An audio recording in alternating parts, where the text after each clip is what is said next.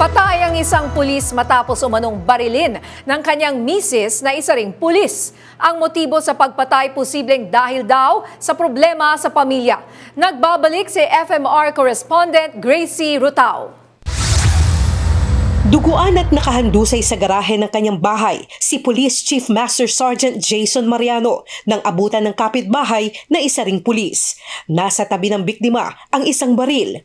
Base sa salaysay ng isa pang residente, nakita pa niyang ipinarada ni Mariano ang kanyang motorsiklo pasado alas 9 nitong Lunes ng gabi sa Barangay Quayan sa Angeles City, Pampanga. Makalipas ang ilang minuto, isang putok ang narinig na datnan din doon ng misis ng biktima na si Police Staff Sergeant Karen Mariano na may hawak na baril. Naisugod pa sa ospital ng mga rumesponding pulis ang biktima pero idineklara ring dead on arrival. Isa sa tinitignang motibo po ng at mga pulis na nag-iimbestiga ay maaaring may kinalaman po ito sa issue ng pamilya po nila.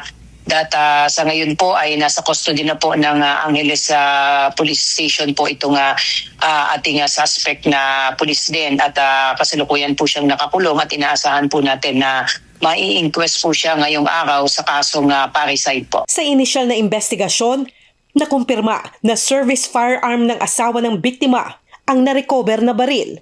Nakakulong na ang misis ng biktima.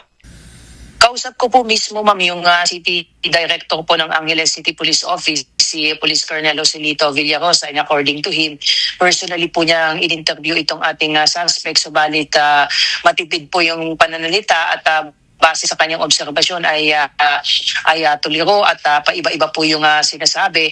Kaya humingi po sila ng tulong sa isang espesyalista para tignan at eksaminin. Patuloy ang investigasyon sa dahilan ng pamamaslang.